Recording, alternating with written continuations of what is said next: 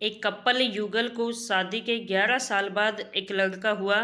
वे बहुत ही प्रेमी कपल थे और उनका लड़का उनकी आंखों का तारा था। एक सुबह जब वह लड़का तकरीबन 2 साल का था, पति ने लड़के के पिता एक दवाई की बोतल खुली देखी। उसे काम पर जाने के लिए देरी हो रही थी, इसलिए उसने अपनी पत्नी से उस बोतल को ढक्कन लगाने और अलमारी में रखने के लिए कहा।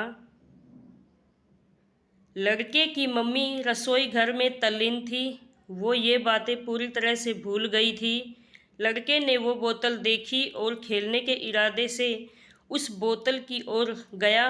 बोतल के कलर ने उसे मोह लिया था, इसलिए उसने उसमें दवाई पूरी पी ली थी। उस दवाई की छोटे बच्चों की छोटी सी मात्रा भी जहरीली हो सकती थी। जब वह लड़का नीचे गिरा तब उसकी मम्मी उसे जल्द से जल्द दवा खाने ले गई, जहां उसकी मौत हो गई।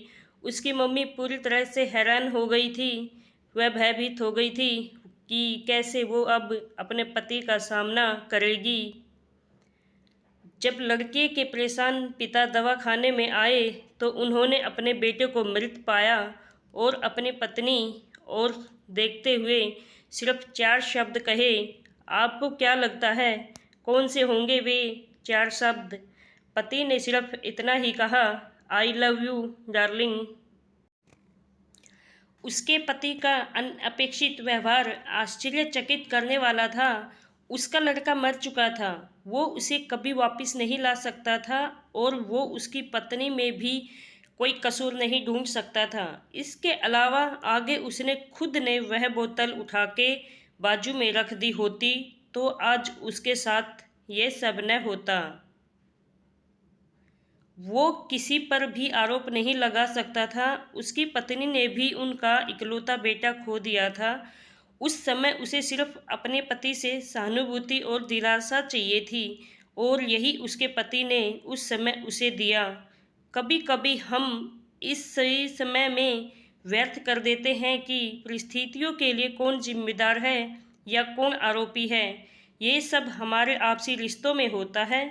जहाँ जॉब करते हैं वहाँ या जिन लोगों को हम जानते हैं उस सभी के साथ होता है और परिस्थिति के आवेश में आकर हम अपने रिश्तों को भूल जाते हैं और एक दूसरे का सहारा बनने की बजाय एक दूसरे पर आरोप लगाते हैं।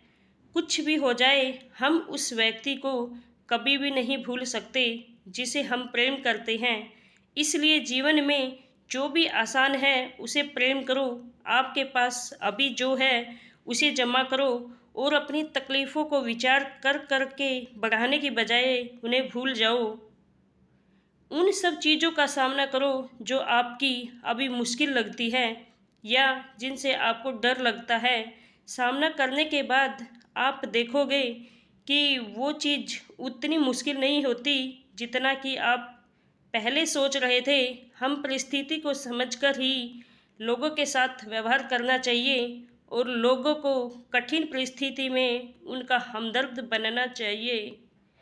दोस्तों, इस तरह की प्रेरणादायक कहानियाँ पढ़कर हमें काफ़ी कुछ सिखाने को मिलता है और आपके लिए और अधिक प्रेरणादायक कहानियों में का विशाल संग्रह मौजूद है। और भी इसी तरह की कहानियाँ आपको पढ़नी हैं तो नीचे कमेंट में ज़रूर बताएं।